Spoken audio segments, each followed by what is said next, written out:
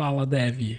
Agora que a gente já viu toda a fundamentação base que a gente precisa para de fato entender lógica de programação, eu quero mostrar para vocês um temperinho a mais que a gente chama dentro da programação de açúcares sintáticos. A proposta então do açúcar sintático é trazer para a gente de uma forma mais simplificada a escrita das sintaxes. Então a gente vai escrever de uma forma mais simples, mais legível. Isso não adiciona nenhum tipo de recurso na linguagem, ou seja, isso não traz nenhum poder extra para o Java ou para qualquer outra linguagem, mas ele torna a escrita mais limpa, ou seja, a gente acaba escrevendo menos, e também mais legível. Os principais benefícios é que ele facilita a leitura e compreensão, exatamente por isso.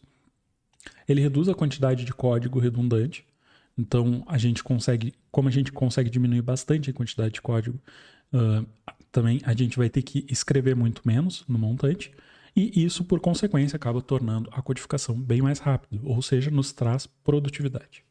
Quando a gente quer, por exemplo, declarar variáveis, a gente atualmente está fazendo assim, sem açúcar sintático. Eu poderia aqui criar, então, 3 variáveis, uma variável A, que recebe 0, uma B, que recebe 0, e uma C, que recebe 0.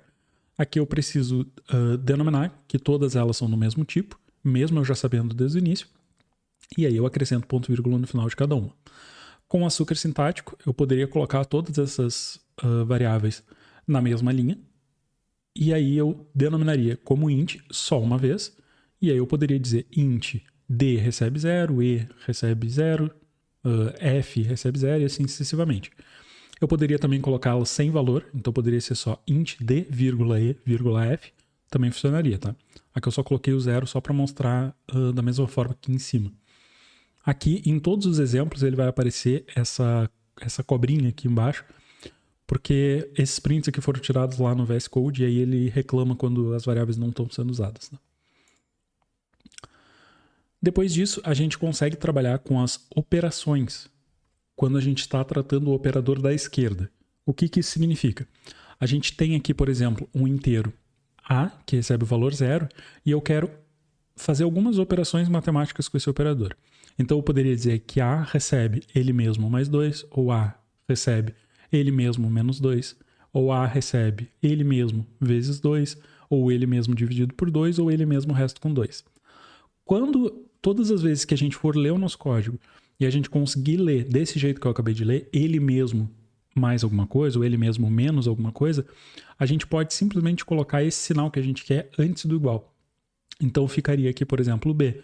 E aí o nosso B seria B mais igual 2, que seria a mesma coisa que B mais 2, ou menos igual a 2, vezes igual a 2, dividido igual a 2, ou resto igual a 2.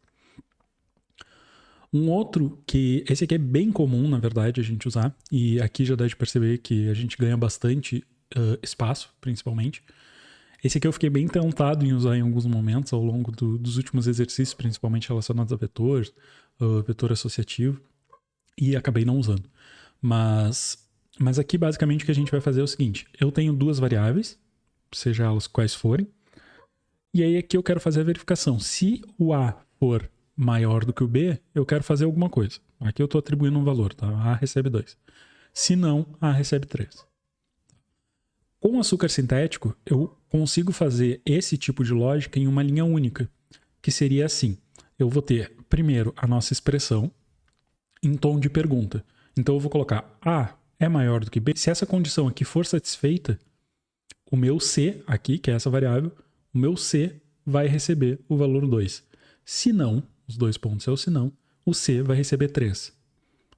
Certo? Aqui o meu C está fazendo a mesma função que o meu A daqui de cima. Então eu estou atribuindo, da mesma forma que eu atribuí para o A aqui, exatamente a mesma coisa que está escrito aqui nessas 5 linhas, está escrito nessa linha aqui. Uma outra coisa também é que quando eu tenho blocos de uma linha única, eu posso colocar eles todos, eu posso colocar ele todo na minha mesma linha. Então eu tenho aqui, por exemplo, uma variável A, e aí sem açúcar sintético eu teria que representar ela assim. Como eu tenho uma única linha dentro do meu bloco é tudo aquilo que fica entre 2 chaves, entre o abre chaves e o fecha chaves. Como eu tenho uma única linha, eu poderia colocar ele aqui do lado e ele funcionaria mesmo sem as chaves. Um outro ponto que é um açúcar sintático que a gente usou, algumas vezes a gente usou while, outras vezes a gente usou for, mas aqui o próprio for, o próprio loop for é um açúcar sintático por si só. Então, se a gente for ver, por exemplo, o nosso while, ele faz exatamente a mesma coisa que o for. Então, eu vou ter, por exemplo, o int i recebe 0, enquanto i for menor do que 10, mostra alguma coisa e aumenta mais 1. E aqui, já com o açúcar sintático, a gente teria, né, um int index 0, enquanto o index for menor do que 10, index recebe mais e mostra alguma coisa. Ou ainda aqui, por se tratar de um bloco só, né, a gente poderia colocar tudo numa linha só. Além desse aqui, eu não coloquei no slide, mas a gente viu nos exercícios que também existem outras formas, outros açúcares sintáticos para isso, como é o caso do próprio for, em que a gente passa chave e valor. Então a gente diz, por exemplo, for number, né, dentro de um vetor específico, e aí ele vai pegar cada um daqueles itens e vai fazer a associação. Isso também é a mesma coisa que a gente percorrer todos, né, que seria a mesma coisa que dizer enquanto o index for menor do que o tamanho do vetor. Certo? Depois a gente tem também os incrementos e decrementos, que eu acabei usando ao longo do processo, porque até para a legibilidade ele fica bem melhor. Então aqui, sem açúcar sintático, a gente teria um int i que recebe 0, e aí a gente poderia dizer que i recebe ele mesmo mais 1, então aqui ele passaria a valer 1, ou i recebe ele mesmo menos 1, e aqui ele passaria a valer 0 de novo. Com o açúcar sintático, ao invés de fazer dessa forma, a gente poderia também fazer i mais igual a 1, igual a gente já viu antes lá. Só que como eu quero somar 1 ou decrementar 1 especificamente, quando eu estou tratando especificamente do número 1, eu posso usar o mais ou o menos, e isso já vai fazer com que ele pegue o valor que ele já tem e acrescente 1 ou diminua 1. Certo? Eu espero que vocês tenham gostado e eu espero vocês no próximo vídeo.